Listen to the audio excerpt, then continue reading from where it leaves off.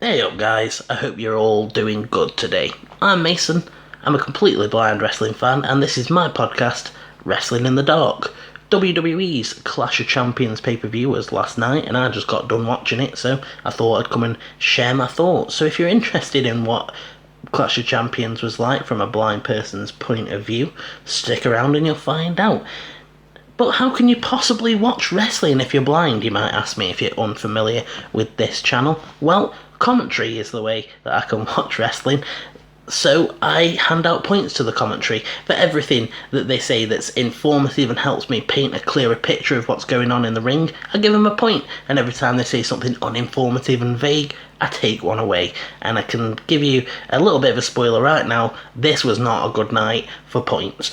I just did a video a few days ago reviewing the main event of NXT UK TakeOver Cardiff, Tyler Bate versus Walter, and that was like one of the highest scoring single matches that I've ever reviewed, and this is probably one of the lowest scoring pay-per-views that I've had the pleasure to review, so there's probably going to be some shooting on the commentary throughout this, so if you're interested in that sort of thing, then this one might be for you. But I'm going to jump right into it, so let's get started with Clash of Champions. We kicked off with some Raw Tag Team title action. It's Strowman and Rollins versus Robert Roode and Dolph Ziggler. This one was probably a little bit better than I was expecting it to be honest, if I'm telling the truth. I thought it was going to be a fairly boring match, and it went sort of how I expected it to, but it was still fairly decent, I guess. And I think someone actually picked up a point looking through my notes. So let's get started with the where the start of the match is, the entrances. Cole and Graves do a fairly good job of building up how important but hard it's going to be for Braun and Rollins to work together, considering that they've got to face each other later on in the night. And it's very much on Braun, I think. I've noticed was from the commentary's point of view, they were talking about how Braun might want Rollins to get beaten up a little bit, and how he's might be looking forward to him getting a bit softened up for Braun later on in the night. But I did think that they did a fairly good job of building that up. Then they talked a little bit about how Robert Roode and Dolph Ziggler came together, talking about the largest tag team turmoil match in WWE history, which I'm like, surely there's only been like 5 of those. And they said that Roode and Ziggler had never teamed before that, and now they're faced with this opportunity. But Graves talks about the fact that Roode had some of his best, most successful years in a tag team, and points out that Ziggler is, quote, no stranger to tag team action. So informative there, Corey, thanks very much. But I did hand out my first point to Michael Cole for the sequence that was Dolph Ziggler locking in the sleeper on Braun Strowman. Strowman just lobs him away, hits him with a big boot, then Seth hits a forearm and Strowman hits a choke slam. And I just thought that was all fairly well called by Michael Cole. I easily could have been just reactionary and uninformative, but he actually called the moves, which I would say, without a doubt, Cole was probably one of the best commentators of the night through this, and that's saying something, because he wasn't particularly on many of the matches, really. It felt like a SmackDown heavy show to me, but maybe that's just because I dislike the SmackDown commentary team so much, which is justified. Wait for it, just wait for it. But yeah, that little sequence was really, really well called by Michael Cole. After that, it spills to the outside and we get our first vague call of the night as Ziggler plants Rollins on the outside. Then a little bit later on, a few moments, we get a Faymaster from Dolph. Just as a funny little aside, my talkback reads Faymaster out as Famiuser, which is just a little example of how stupid talkback can be, and how sometimes I have to fudge the spelling of things so that it will read it out to me in the correct thing. Like Braun Strowman, it reads out as Brown, I have no idea, but for the longest time I thought that it was spelt Brawn, Strowman, rather than Braun. But even to this day, it still reads it out as Brown. But anyway, yeah, Rollins gets planted on the outside, gets hit with a Faymaster, then Robert Roode tags in for a bit. He's getting a bit of offense in.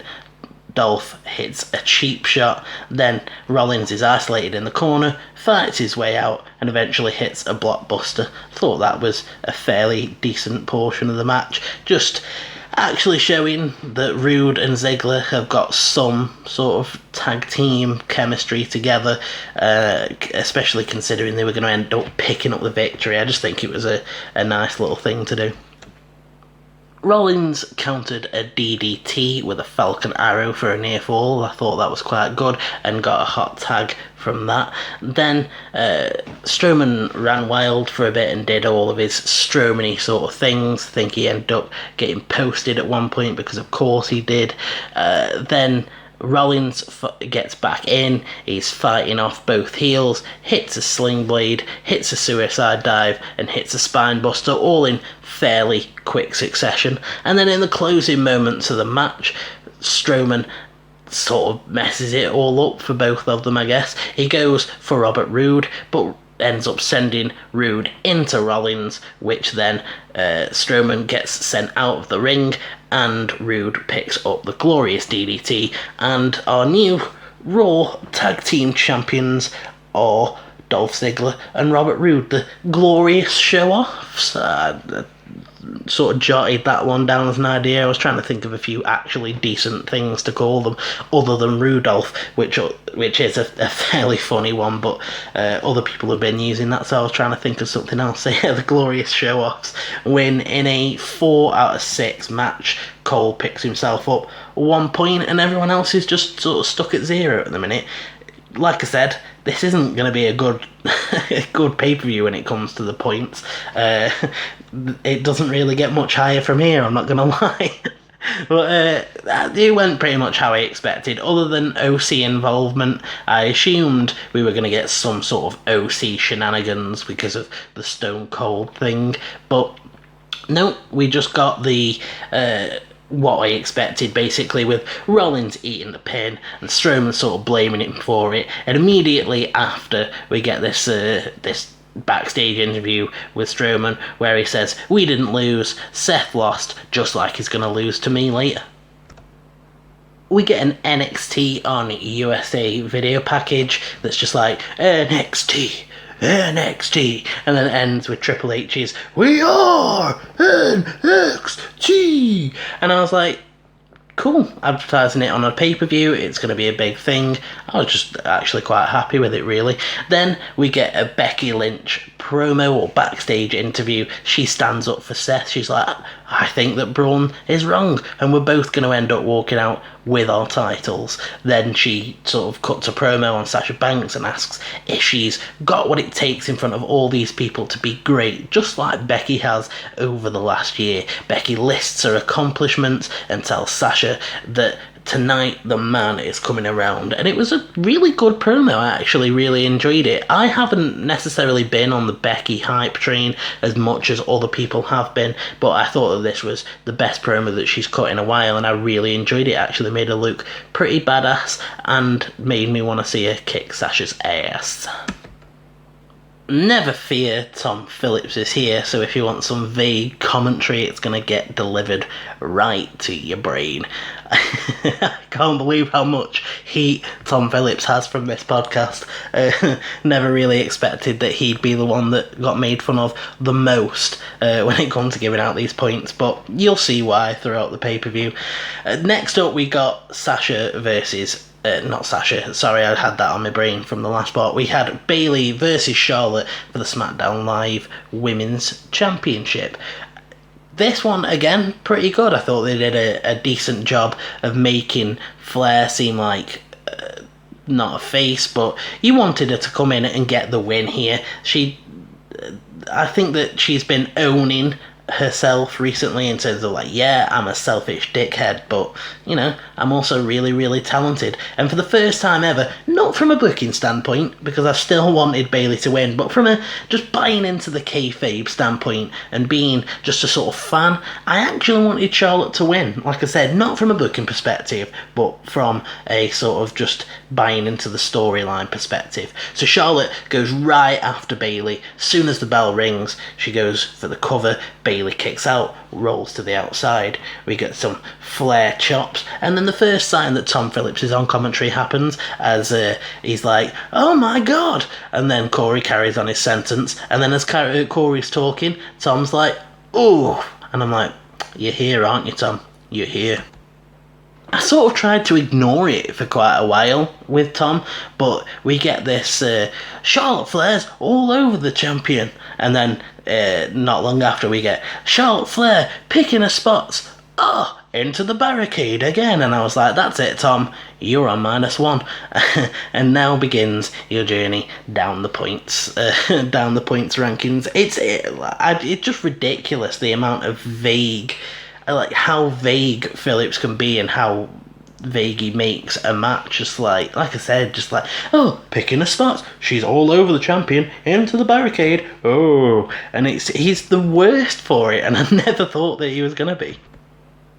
Then it's like a little bit of a roller coaster ride, because Tom decides to get himself a point back, and then I had to take it off him straight away again because he calls the sequence with Charlotte going for the figure 4, and we get Charlotte goes for the figure 4, Bayley counters with a cover, Charlotte kicks out, hits the big boot. I was like, fine, have your point back, that wasn't actually a bad sequence, you called it alright.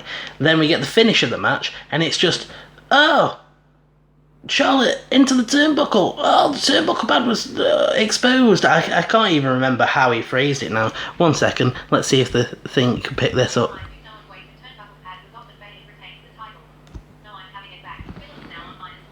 Yeah, just the turnbuckle was off. Charlotte into the turnbuckle, and I was just like, no, you know what? I'm taking it away again, because it's just, you didn't sell it like a big moment.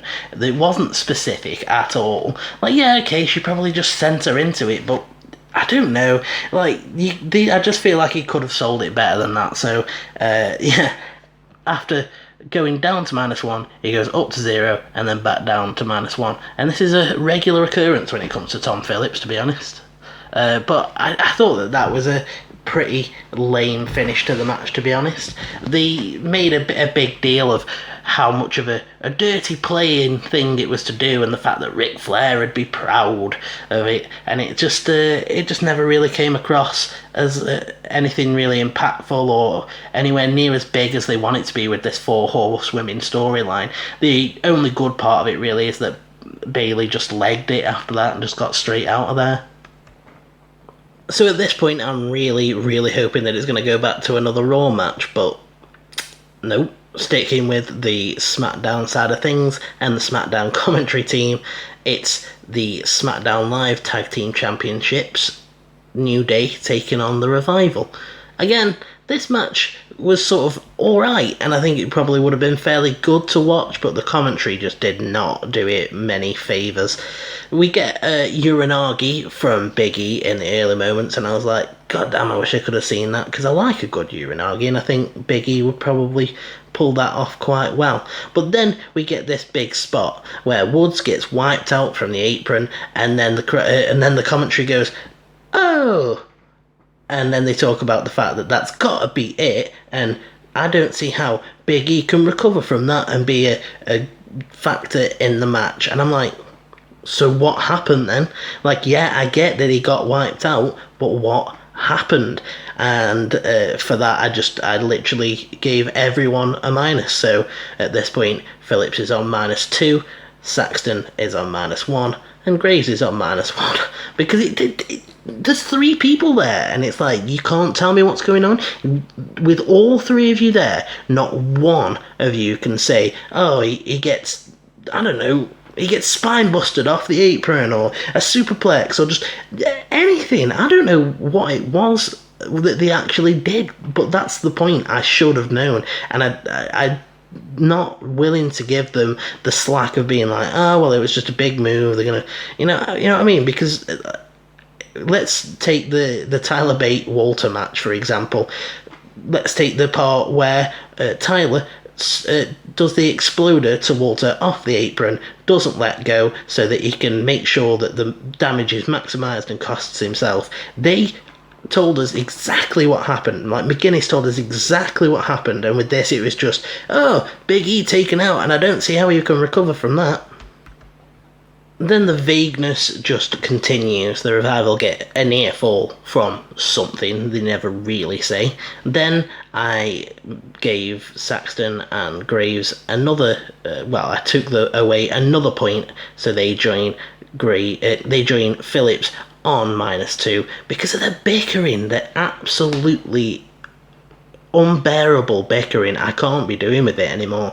It's always frustrated me, but as a completely blind fan these days who's like literally just taking the match in through that, it's just so toxic and annoying and just makes you want to just turn off or skip through, and it's just absolutely ridiculous. Then we get Big E getting mauled in the corner again. Mauled in the corner. What are they putting the boots to him? Are they stretching him out? What are they doing? Tell me. Big E sends one of the Revival members into the turnbuckle, sternum first. I was like, with all of your vague platitudes, you're really going to go with sternum first, Tom? Then he gets a belly-to-belly and a hot tag to Xavier. Xavier tries to pick up the pace. We get a Xavier Woods trying to pick up the pace, and there goes Dawson, and then he hits the honor roll. Then Big E gets shatter machined on the outside. They go to work on Xavier's leg.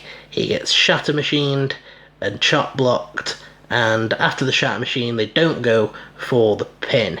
Corey is like, what are they doing? I've been talking about how much of a good tag team they are, and now they're not going for the cover.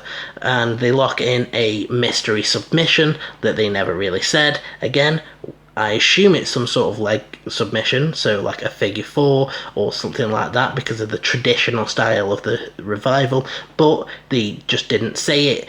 So for me, it's just a mystery submission. They lock that in and make Xavier tap, and I gave it a 3 out of 6.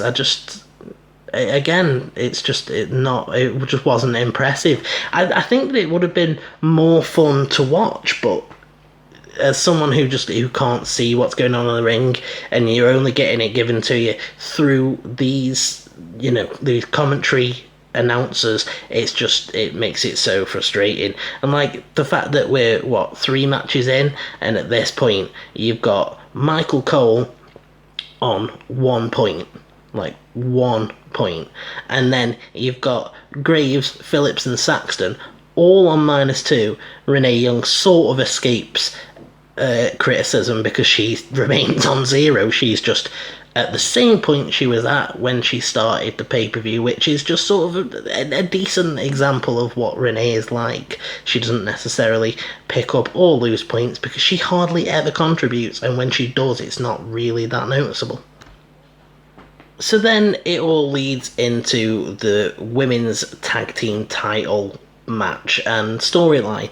We get a backstage interview with Bliss and Cross, which is secretly just a vehicle for 24/7 shenanigans, because R-Truth pops up and then Carmella's there and he thinks Alexa's other Carmella because Maurice isn't there and they can't do that joke anymore, so Truth thinks everyone who's blonde is Carmella, which is sort of vaguely funny but not funny enough to make me laugh after the terribleness of the last 2 matches. And then we get the actual match, and again, bickering on commentary is like the worst thing for me. I just hate it, and this was full of bickering because they decided to make Luke's a part of this storyline, and gotta tell you, that is just the worst thing they could have done, because I really hate Graves when he starts being a perv and sort of, I don't know, I just find it so unnecessary. Someone that can't see,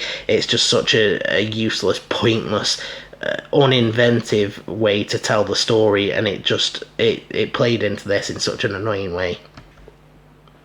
Nikki takes Mandy Rose down with a clothesline in the early moments and then taunts her again. They didn't really say what she did that was taunting her, but Renee was like, oh, look at those hips, oh, that's the sexiest thing that I've ever seen. And then Graves was acting like it was the worst thing he'd ever seen, like he was gonna, like he needed to like scratch out his eyes or something, like Nikki's just like this horrible beast that you can't even look at. And it was like, and then Renee and Graves start bickering about whether who's prettier and who looks better, and it's just like, come on guys, this is not drawing me in. I like women's wrestling. I really want this women's tag team title scene to pick up and be something more, but it's just not. And the way that they're treating it, especially with this match, is just ridiculous. Then we get 24/7 title shenanigans, and it all just sort of falls apart from there for me, because I just don't know what's going on for the next few minutes, which is really frustrating. We get a bit more of Graves talking about how hot Mandy, Sonya and Alexa are, and implying that Nikki's the ugly duckling. At this point, I'm just like, God, if I wasn't doing a podcast, I'd be skipping this match, because you're making the faces, and Nikki in particular, look really, really bad. Then Michael Cole loses his 1 point with the vague, both women connecting, both women down. And that's a quote, by the way. I don't, half the time with these with these little examples of what they're saying, they are direct quotes that I just write down as they're saying it. So yeah, both women connecting, both women down. I was like, that's it, Michael, I am taking your point away. I can't be doing with this. Nikki manages to hit a running bulldog, a back suplex, and then a cross body for the near fall, which was probably one of the only actual sequences that got called in the match. And then a great double team and Rose into the cover on Bliss, which put Michael Cole down to -1, because I was like, no, that is not good enough. You tell us what double team they're doing. There's ways to do it, and it was just like, it's so frustrating, because it just seemed like this was all just not serious, not taken serious at all. They used the 24/7 shenanigans to like pad out some of it, and then there was all the bickering and the stuff about how Nikki looks, and it was just like, oh God, at this point I was getting frustrated. And then we get Bliss and Cross retaining, because Nikki Cross hits a top rope neck breaker.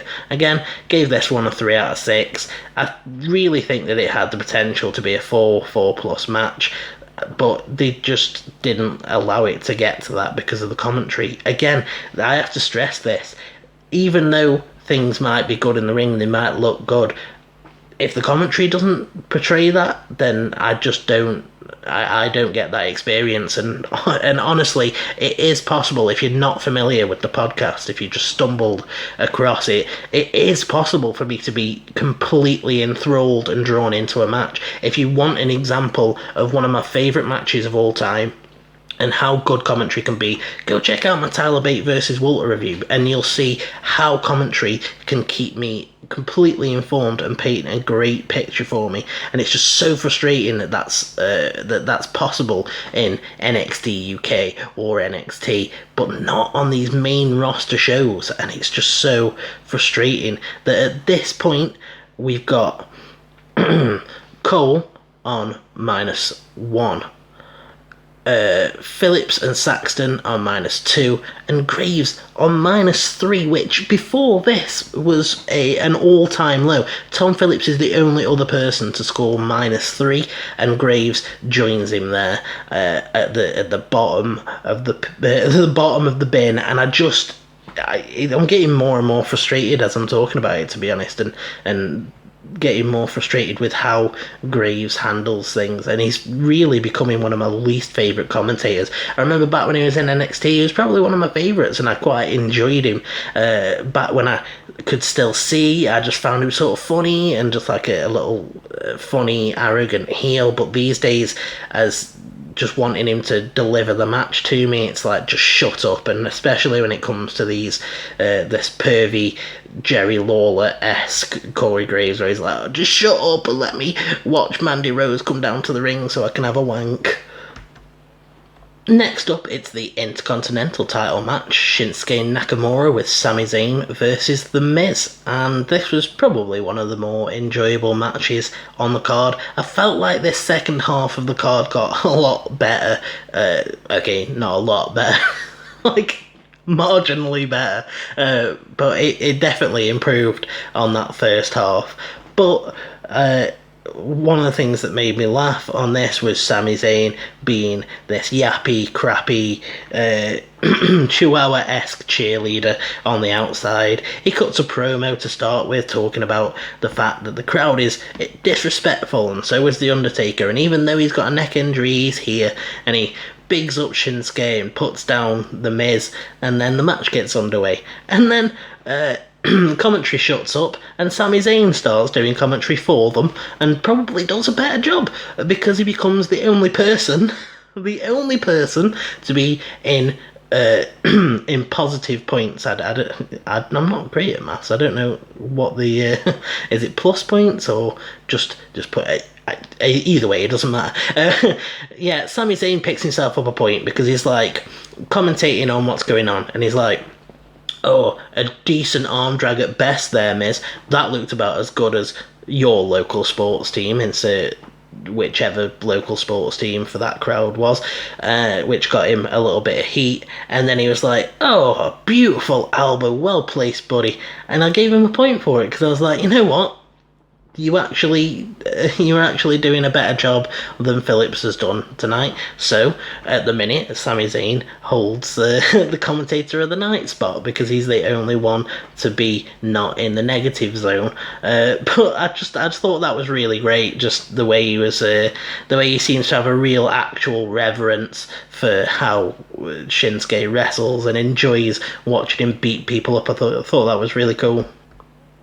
The Miz does something, and I'm not sure what, but Byron Saxton just excitedly laughs, and he's like, ha ha ha, thanks, Miz. And I was like, right, that's it. You can join Corey down on -3. So it's just, everyone's just getting slowly further and further away from zero, but in the wrong direction. Then we get a call from Tom Phillips that's like, oh, a crafty veteran move from Miz there as he takes out the leg. And I'm like, okay, you're sort of halfway there, Tom. You're halfway. I mean, I maybe could have given him a point, but it just was like, how did he take out his leg? There's so many different ways he could do it. A chop block, kicks, drop toe hold. I don't know. There's so many different ways that they could have done it. I'm not a commentator, but he definitely could have said it better than that. So it was just like, come on, you're gonna lose another point if you don't pick up the pace or get on task. Things definitely picked up in the match from here on in. I didn't really enjoy the first half as much, but from here on out it sort of got a little bit better. Miz was hitting the it kicks or the yes kicks, whatever you want to call them. He was kicking Shinsuke in the chest.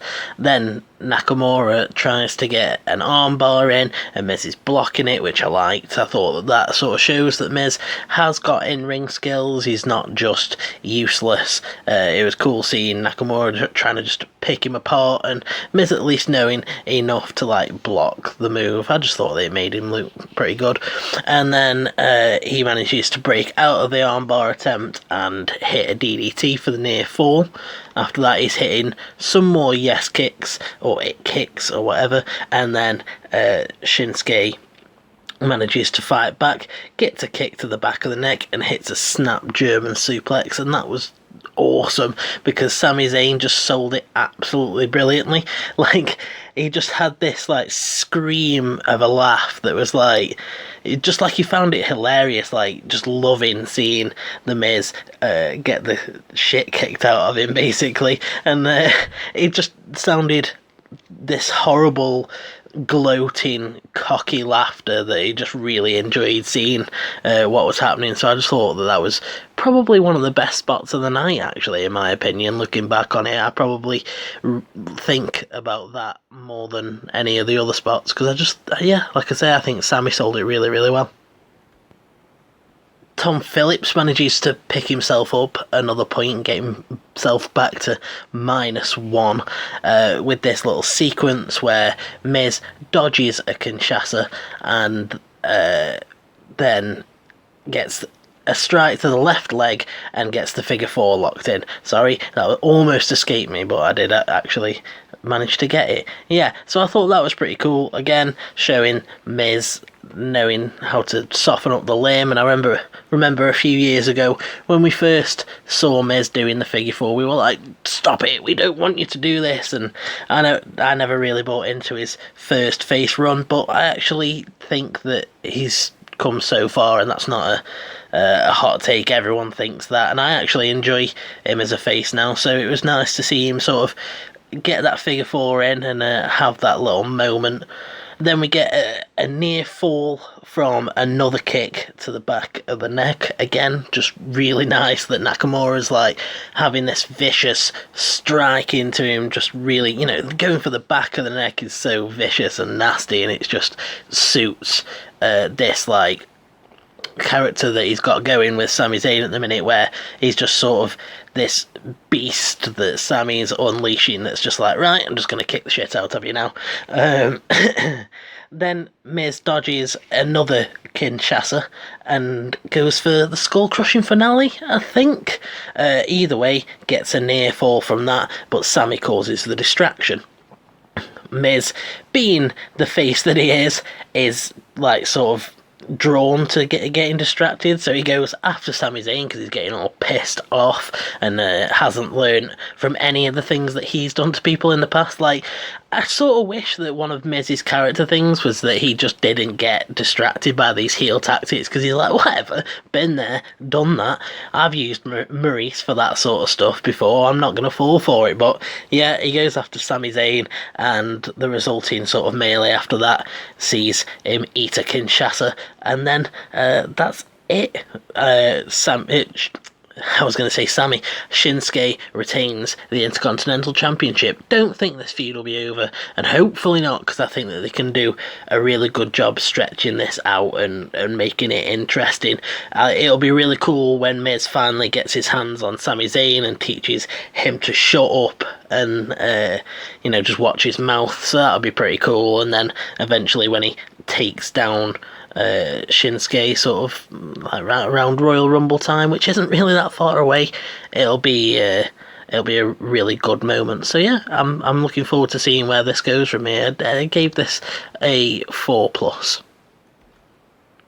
A match that I expected to be higher on the card than this is Sasha Banks versus Becky Lynch for the Raw Women's Championship, and this is basically just to get a feud kick-started. Had a bit of a non-finish really, but we'll get to that in a little bit. The early moments were alright, they were going back and forth, just doing a bit of wrestling. Michael Cole was doing an alright job of it, and then fairly quickly Becky goes for a disarmer. Then we get this really vague call, which is, quote, Becky from the middle rope, and Sasha caught her, and now Banks goes to work on Lynch. Yeah, okay, that's the most bare bones explanation of that you could have given me. And then after that, we get a Meteora for a near fall. Then we get a few minutes of them just chatting and chatting and chatting about the Four Horsewomen. Just felt like it was forever, and I wouldn't necessarily mind that, because this is obviously going to be a story going forward with the Four Horsewomen and what the relationship between them and the history and all that's going to come into play, and that's fine. but it never felt like anything interesting. I certainly don't have any notes of what they said, and I feel like if there was anything that was really important or anything that made me go, oh yeah, that's in with the story, then I would have written it down, but there was nothing there, and it just felt like inane chatter to fill the time. And then Michael Cole manages to get himself down to -3 with Saxton and Graves, because we just get this bit where it's like Becky, and Sasha gloating a little bit, and Lynch makes her pay. Becky really firing up here. And I was like, you know what, Cole? I'm taking a point away from you, because that is so vague. Sasha gloating and Becky makes her pay. Becky really firing up. Like, what does that mean? Like, tell me. Like, I guess that it's sort of self-explanatory. Like, yeah, okay, fine. Sasha's doing something that's like gloating, and Becky comes and gets her for it, and then fires back, and it's just, yeah. Okay, it makes sense, but again, it's just bare bones, and it's like, I need more than that. And I just feel like other commentators, yes, I'm talking about Nigel McGuinness and Vic Joseph, would have like really sold that moment of like, look at that, Sasha. I don't know what she was doing, but like, look at that, Sasha standing over Becky. She's got a foot on her chest, a gloating smile on the face of Sasha Banks, and then Becky, she's grabbed her, and like she makes her pay with big rights or something like that. And Becky Lynch really firing up here with the right hands or something. Just not this bare bones, like just, she's firing up. Thanks, Michael. We get a cool little sequence where Sasha's trying to lock in the bank statement. Becky manages to fire out. She hits a Bexploder, and then shortly followed by a leg drop, and we get a near fall. Bit more fighting, and Sasha hits another Meteora for a near fall, which Becky kicks out of, and then Sasha just screams like a frustrated teenage girl. Like, it was just, it's like me when I get stressed at technology. Seriously though, I was like, this is like your brand new top heel. She's supposed to be this vicious badass, and she's just screaming because she can't put Becky down. And I don't agree with Corey Graves very often, but he's like, Sasha's having a temper tantrum here, and I've got to say I just really agree with him. Like, that's what it came across as, just a temper tantrum, and that doesn't make me endeared to her. It doesn't make me hate her. It just makes me think that the character is a little bit pathetic, because it's just like, are you really gonna, like, you're not even that deep into the match, you've not pulled out that much. It's not like, what does she have to do? Like, this isn't Cole versus Gargano in the 3 stages of hell thing, where it's like, oh my god, what are they gonna have to do? They're gonna have to literally murder each other. It's like, you're like 5-10 minutes, I don't know how long, but like, you're not even that deep into the match, and you've not pulled out that many big moves. You've hit like 2 Meteoras, and you're expecting Lynch to just go down, and I just think it'd be better if it came across as they're taking it a little bit more seriously. Corey gets himself back up to -2, because we actually get a little decent sequence that he really added to, where Sasha goes for the bank statement, but Becky reverses, gets the disarmer. Sasha counters, rolls her up for a cover. Becky manages to get out, locks the disarmer in again. Then we get rope drama as Sasha tries to get to the ropes, which she does to force the break, but Corey pointed out that Becky kept the hold on for at least a few seconds after Sasha got the ropes to just maximise that damage. And I actually thought that was a really good call from Corey. Again, I hardly ever agree with Corey, and I hardly ever like feel grateful for something that he does, because he really rubs me up the wrong way for the most part. But that definitely added to the match. I liked knowing that Becky was like, right, I am going to mess you up. I don't care about the rules. I'm just going to make sure that your arm is hurting, because I am pissed off at what you've been doing to me recently. Cole also manages to get himself back up to -2 with this next little bit. I liked this bit quite a lot. It sort of this section of the match, especially looking back on the notes, feels like it had a lot more going on, or at least that the commentary was a little more on their game than they were before. So we get a backstabber from Sasha, then another one, then she tries to lock in the bank statement, which I guess she does get it in, but Becky's trying for the ropes, but Sasha rolls her back into the middle of the ring. Then eventually Becky manages to force the break by getting her into a cover. And Michael Cole called that really well. And I really enjoy it when I can look back and look at the notes and be like, yeah, I knew exactly what was going on in that spot. And that's really how I feel with that one. And then from here on out, everything just goes absolutely crazy. And I sort of checked out after this because it was, again, sort of bare bones commentary. It would have been probably quite awesome to watch, I imagine. But so anyway, we get an Eddie Guerrero sort of reference thing where Sasha gets a chair, the ref disposes of it, and while he's doing that, Sasha hits Becky with a chair in the midsection and gets a near fall with a move that I didn't quite catch. Sorry about that one. Then there's a ref bump, and Becky goes after Sasha with the chair, and Sasha legs it off into the crowd. And then for quite a while, they're just fighting up through the arena, through the crowd, and all that sort of stuff, the technical area.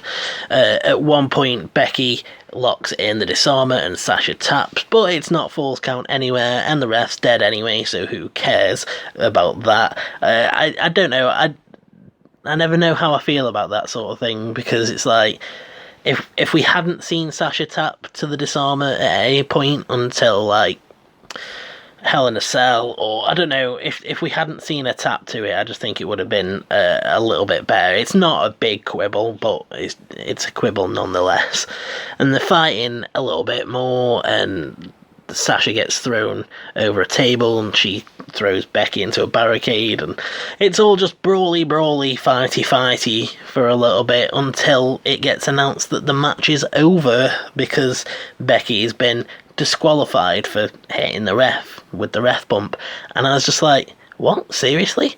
So, and then once it's announced that she's been disqualified, she just unloads on Sasha with a chair, and then uses the chair for the disarmer, and the crowd actually booed her, I think. I wasn't sure whether something was going on that I didn't understand, but I think they might have just been booing her for using the chair on the disarmer, which is pretty funny. Just like, hey, that's nasty, don't do that.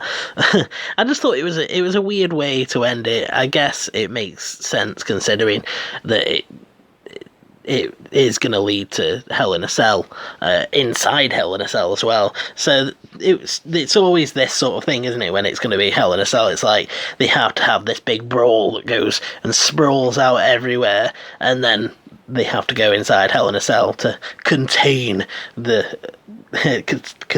chaos of the feud. So yeah, I thought it was a pretty lame way to end it. Just like, it should have been announced that Becky had been disqualified like a lot sooner, because I was just like, it got to a point where I thought, okay, is this ref just like legit dead? Is he not getting up anymore? Like, why has he not started the count? And then all of a sudden it just gets announced that Becky's been disqualified, and I was just like, oh, right, okay then. Fair enough.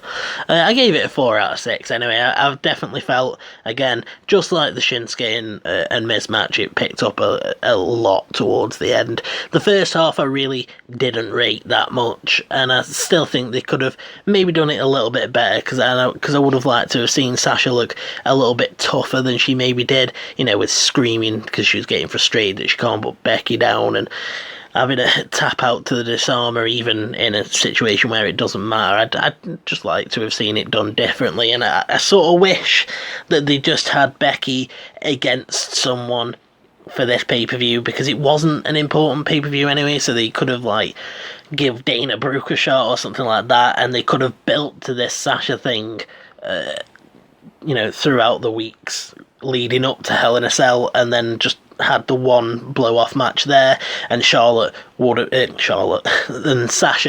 have beaten Becky inside Hell in a Cell, and we wouldn't have had this match, which I guess some people might say would mean that it wouldn't have as much momentum, but I just felt that this sort of killed my excitement for it going forward, because it's like, well, I've already seen that, and it sort of had a lame finish. But I am looking forward to Hell in a Cell, actually. It should be fairly good with these two characters. I just wasn't much for this match, but it's still got a 4 out of 6, so, you know, I'm not shitting over it.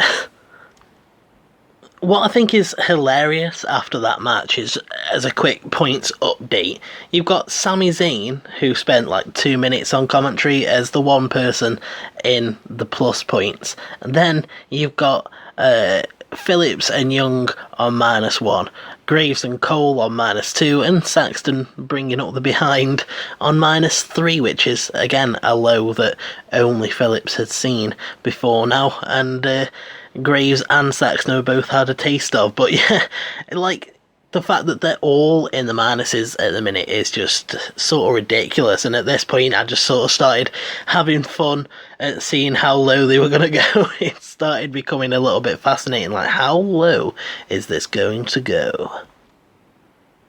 I feel like the story between Kofi and Randy warrants more weight than their chemistry can give it. I don't know. I think that the idea of this underdog, relatable face champion who's all about the power of positivity and his friendship, who's now being tormented by someone who gave him problems early in his career, is fairly interesting, paying back on all the stupid stuff, and the fact that Randy's now got the revival with him, etc., etc., is all fairly interesting. But when they get between the ropes, I just don't enjoy the matches. I didn't enjoy the original one, and I didn't really enjoy this one, and the commentary wasn't exactly great.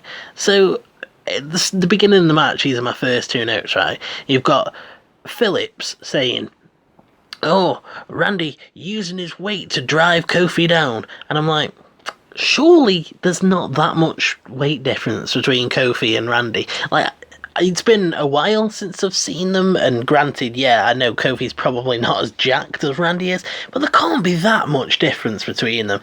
It's like, I don't know, it just made it made it sound like Randy was like way bigger than Kofi, which I don't think is the case. I was like, he doesn't weigh more just because he's a dickhead, Tom. And then Graves goes on and on for like what feels like a minute, basically saying that it's more in Kofi's benefit for this to be a fast-paced match, and he really stumbles over it. Like, I was like, come on.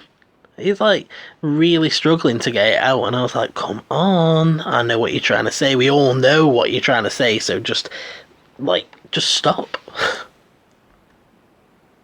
We get some, quote, athleticism on display by Kofi Kingston. Then we get a back elbow shortly followed by a forearm smash. Then we get Kofi mocking Randy Orton, some mind games of his own. And I was like, okay. Then Randy gets a handful of hair and backs Kofi into the corner. Kofi hits back with something that sounds like a chop, but commentary just goes, oofed. Kofi tries to fire up and gets a thumb to the eye for his troubles, and then we get this wonderful exchange, which is, caught up in the ropes. How crafty was that from the veteran Randy Orton, says Tom Phillips. Watch Orton, says Saxton. And then, I'm just trying to think now of the final part of the exchange. It was Orton on the move, and he blasts Kofi into the barricade. I was like, that was such an incredible exchange there, guys. Like, really, just caught up in the ropes. How crafty was that? Watch Orton. Orton on the move. Blasts Kofi into the barricade. It's like, it seems like they're saying something, but they're really not. Like, it's just, I don't know if you get what I mean about it just being the bare bones, like, as little as they can say, like, Kofi gets set into the barricade. Yeah, cool. Like, but how? There's different ways that it could just be more informative than that, and I just really wish that they would have it be more informative than that. Orton kind of takes control for a while. He's beating up Kofi on the outside, using the most of that 10 count he dumps Kofi on the barricade, then gets in the ring to break the count and gets back out, beating him up a little bit more, hits a belly to belly onto the German table. Then we get a little bit where it's Kofi fighting back, hits a drop kick to Randy's shoulder, and I actually like that. I didn't know that Orton had previous shoulder and neck injuries, so that was actually a decent little bit of information offered by the commentary team. Like, it was actually quite surprising, like, telling us exactly where the dropkick was done, and the fact that that matters because Orton's had previous injuries to that. I was like, okay, that's pretty cool. And then Kofi gets to the top rope, and it's Kofi off the top rope, and down goes Orton. And I was like, every time, I'm like, yeah, okay, that was all right. 2 minutes later, there's something like that. It's just like that. It's always like that. Just like something good, immediately something bad. Then Kofi tries to hit the Trouble in Paradise, which gets countered into a backbreaker for the near fall. As you could tell, I was sort of getting fed up of it at this point. So when we get this, Orton sent to the outside, Kofi over the top, and Orton sent into the desk. I was just like, I can't not do it anymore, Tom. I've been trying my hardest not to, like, take them away willy-nilly, and, like, I don't want it to seem like I absolutely hate them, because, don't get me wrong, if I could come and do a podcast and be like, oh my god, all the commentators got plus 10 points, they all did really well, this was the highest scoring pay-per-view ever, I'd love that, but it's just not like that. So yeah, we get that over the top thing. I hate that. That's like one of my least favourite wrestling calls. That is over the top. I'm sure there's multiple things I could do. Just say the name, whether it's a suicide dive or a Fosbury flop. I don't know. I'm not particularly. I'm not well versed in the moves. I'm not, but like I said, I'm not a commentator, and I shouldn't have to know. I don't even care if I don't know what the move is, as long as you tell me the name, because it just seems like it has more detail. And you can at least imagine something, as opposed to just over the top. I guess that leaves it open to my imagination, but it just seems so vague. So yeah, that means Phillips joins Graves and Cole on -2. Kofi gets a crossbody attempt that gets caught by Randy, who rolls through for a near fall. Kofi goes for an SOS, and that gets blocked by a drop kick. Then Randy tries for a clothesline, which Kofi counters with an SOS for another near fall. Again, that's quite a nice little sequence. Thanks for telling me everything that goes on. Something good. Then Kofi going up to the top rope, thinking about some more high-risk offense against Randy Orton. Oh, and Kofi Kingston gets caught. And I'm like, that is so informative. They fight on the top rope for a little bit, jockeying for position before Randy manages to hit a power slam. Then the draping DDT, and he teases the RKO, which doesn't work for a little minute, but shortly after Kofi gets hit with the RKO, and he manages to get his foot on the bottom rope to break the fall, and Corey's just like going on about how lucky that was, and then they advertised the finish of the match, in my opinion, by having Randy tease the punt, which he never really does, and we know that he doesn't do. So it was like, okay, so Kofi's going to get up in a minute and hit the Trouble in Paradise, which he does and gets the win. And it was a 4 out of 6 match, and my talkback just has to go rogue on me every time. I'm really sorry about that. Yeah, it was a 4 out of 6 match, and I do think that it could have been much better, but it was serviceable. It wasn't a terrible match, and it probably would have been more enjoyable had the commentary not been so vague and frankly a little bit shitty. I confess that I sort of skipped through a little bit here. The Street Profits just really aren't clicking with me. They're loud, and I feel like they're quite similar to the Usos, but they don't have the charm that the Usos have. And I miss the Usos, and having these guys appear just makes me realise how much I miss the Usos. And I don't find them that entertaining. So I was like skipping through so that I didn't have to listen to them shouting about random crap. And then we get the return of King Booker, and he comes to tell them to get their heads in the damn game, which hopefully might see them become a little bit more serious, but probably won't. And then I just found it really funny because Booker was like, I'm going to tell you who I think's going to win the King of the Ring. And then in the end, he never actually ended up doing that. He just got too distracted by one of the Street Profits asking to be knighted so that he could impress the women out in the clubs. Yeah, that's a really relatable character that I'm like, oh, he's so funny and cool. Like, I don't know, he comes across as a little bit desperate, and the fact that he was like, oh, knight me so I can go and impress women, I was just like, yeah, you're just annoying. I hate the Street Profits. Oh god, now I've got to talk about this match. Jesus Christ. There are some good parts and some terrible parts to this match. It's Roman Reigns versus Eric Rowan in a no DQ match, which as soon as I heard that it was that, I was like, right, so this one's going to be fighty, brawly. And it pretty much was, but there were some decent spots. Roman goes straight after Eric Rowan to start the match, hits right hands, cues up a spear, but gets chopped, which stops him in his tracks. They spill to the outside. Rowan throws himself at Roman, but ends up throwing himself into the steel steps. Roman gets a kendo stick, but Rowan is already back up, hits Roman with the steel steps, and then turns the kendo stick on him. And then we get this little bit, which is Rowan hits a drive-by, and then something happens, and we get oh god, obliterated by Eric Rowan. And I was like, that's it, Tom, I will not stand for this. Get back down to -3. He's just constantly on a roller coaster. He does something good, gets one back, does something bad, goes back down. And I just, like I said, it's so vague. Oh god, obliterated by Eric Rowan. Yeah, how? What did he do, Tom? It really doesn't get any less vague from there. My next 3 notes is this. Rowan zeroing in on Roman Reigns and a near fall. Great. Then Rowan sent to the outside and he picks Roman out of the ring. And then it's exposed. Oh, face first. And I was like, you know what, Tom?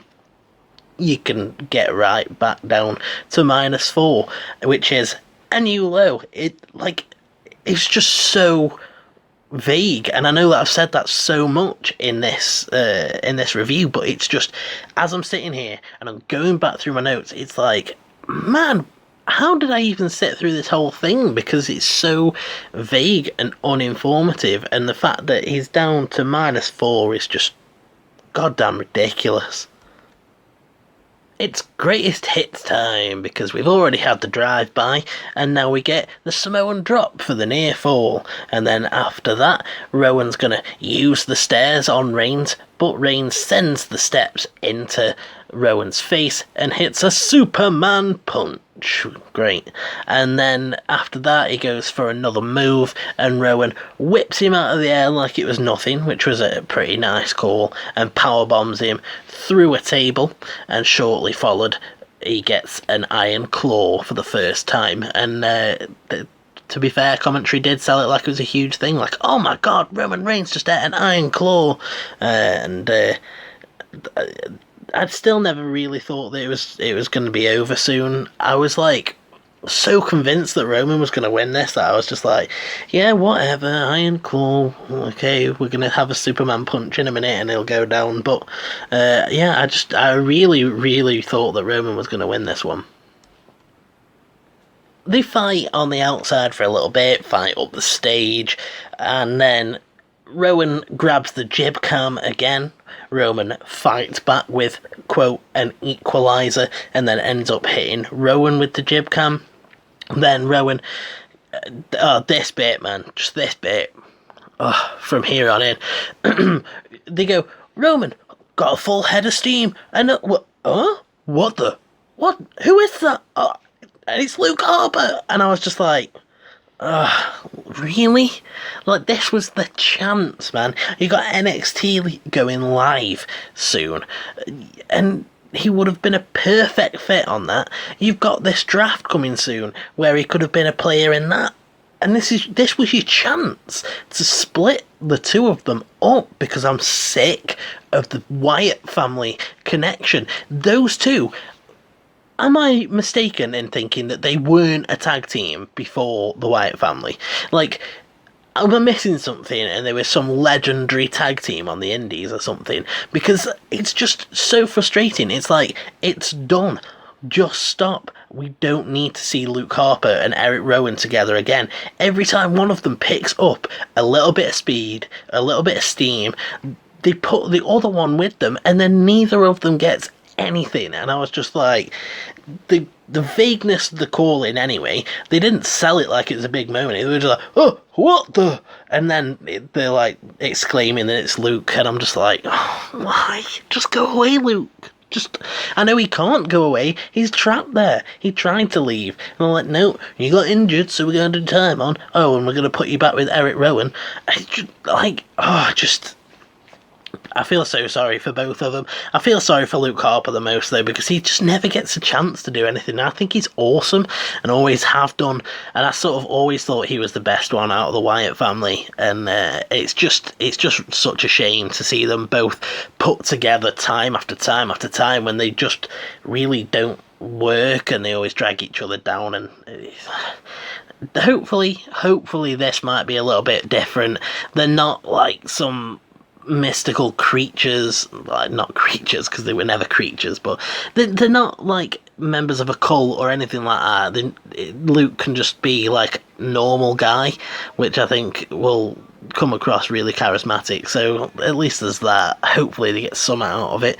But yeah, that distraction leads to Rowan getting it Iron Claw again. He picks up the win. I gave this a 2 out of 6. I didn't hate it the most I've ever watched anything, but I really, really didn't enjoy it. And if someone was like, shall I watch this match? I'd be like, probably not. Not if you want a good time.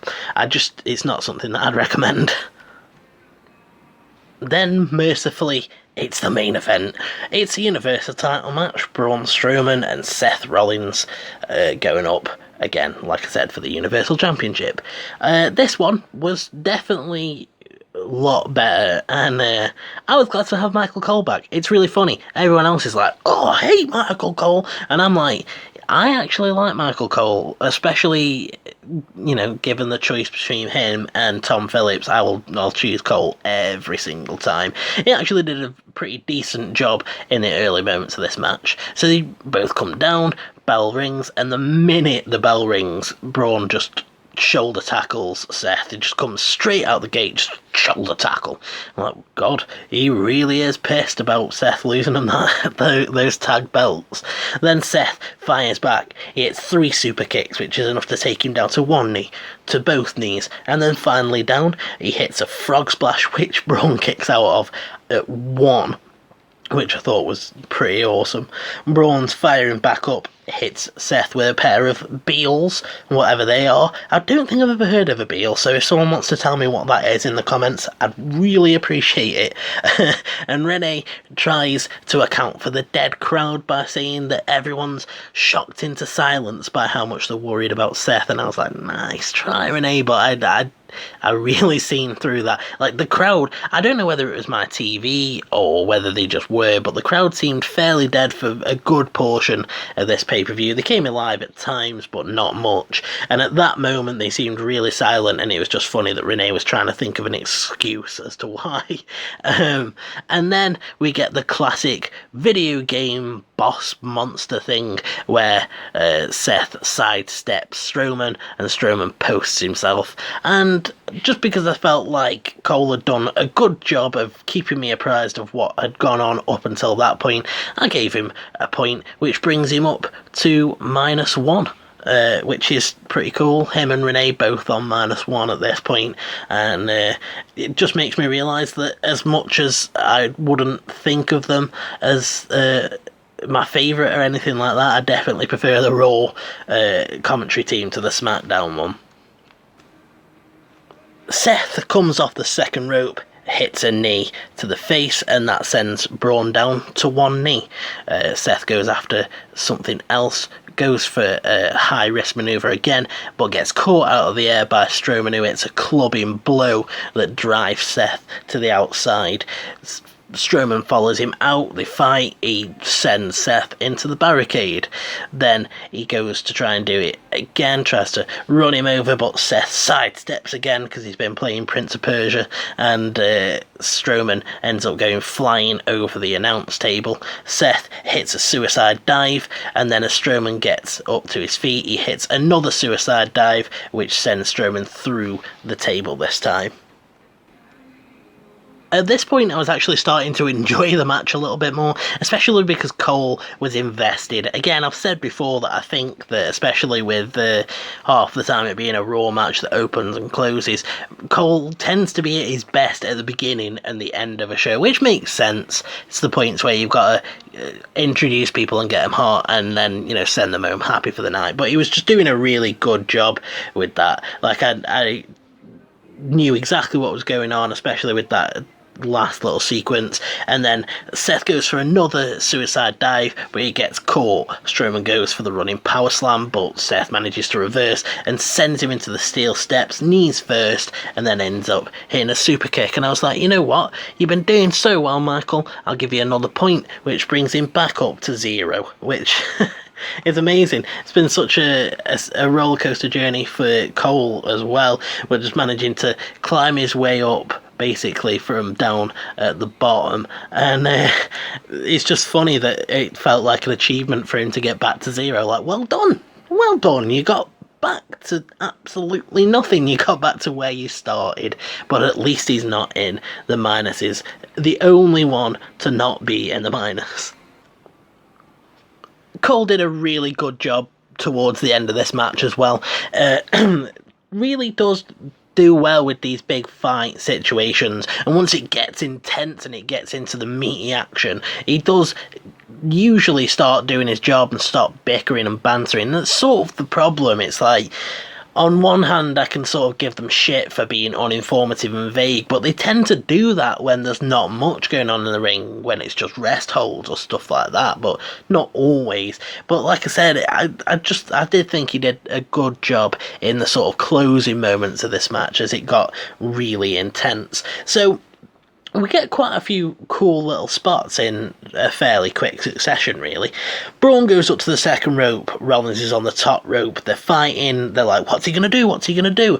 And then Strowman got a burp trying to force its way out. Jesus. Pepsi Max, just always. Anyway, yeah, Strowman's on the second rope, Rollins is on the top rope. He sits out, which gives him the momentum to throw Rollins into the ring before he hits the biggest frog splash ever. Like, Strowman hits a frog splash. How the hell does he even do that? But he does hurt his knee in the process. This gives Seth a little opening, and he locks in the sleeper. Corey's like, doesn't matter how big you are if you can't breathe. And Strowman's trying to fight. He's trying to stay awake, but he goes down to one knee. He goes down to another knee. Seth's still got it locked in. Strowman's trying to fight out, and eventually Seth hits the curb stomp, which Strowman kicks out of at 1. Then he hits a second curb stomp, which he kicks out of at 2. He hits a third curb stomp, and Strowman kicks out at 2.9999 recurring, and it was like, wow, he's officially kicked out of more than Brock Lesnar could. Well done. credit to you, you actually managed to put Strowman over a little bit. He tries to grab Seth, goes for the running power slam, but he hurts his knee, gets hit with the 4th curb stomp, and Michael Cole picks himself up. That extra point just for being so good at his job in these closing moments. He manages to equal the score with Sami Zayn and get to +1, which is just, like I say, it's really funny, a really funny little journey for Michael Cole. I told you this was not going to be a good pay-per-view for the points, though. I actually really enjoyed this last match. It was so much better than most of the stuff here, and I gave it a 5-. I didn't think that it was a solid 5 at all, but I didn't think that it was quite a 4+ either. It actually had some drama to it, some big moments. Thought that it made Seth look really good, like just trying to hit Strowman with everything, makes him look nice and resilient. Strowman managing to kick out of more than even Brock Lesnar did, and I just thought that they actually did a fairly good job of having Braun look good in defeat, even though this is another time. I think I saw that this is the 6th time in 2 years that he's lost when he's challenged for the Universal Championship. But, well, it's just one of those things. Then The Fiend comes out and he lays out Seth Rollins with his sister Abigail, and then screams a load, and then the show goes off the air. Like I said, decent main event. Cole actually manages to redeem himself a little bit at the end there. So let's just round up those points. Tied for commentator of the night, it's Michael Cole and Sami Zayn on 1 point. Then we get Renee Young on -1 point. We get Graves with -2, Saxton with -3, and Tom Phillips on -4. An all-time channel low. Nobody has scored -4 to this point.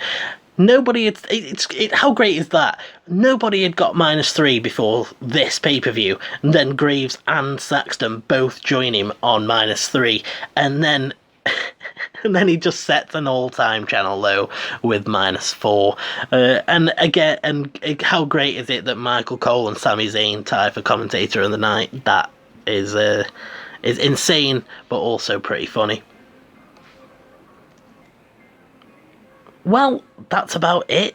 A bit of a poor pay-per-view in my opinion. It didn't have many states going in, doesn't have many states going out. Had a couple of cool moments, but for the most part it was full of really vague and poor commentary, and like I said, has set an all-time channel low with the points. No pay-per-views ever scored this low at all, and it's just sort of disappointing. The more I cover these main roster pay-per-views, the more I'm just sort of losing interest and losing investment in them. I'm really looking forward to this just sort of shake up that we've got coming, with NXT going live and then SmackDown going to Fox and then doing a new draft and switching the commentators round. It should actually be fairly good to see things having a bit of a shake up and a restart and a refresh.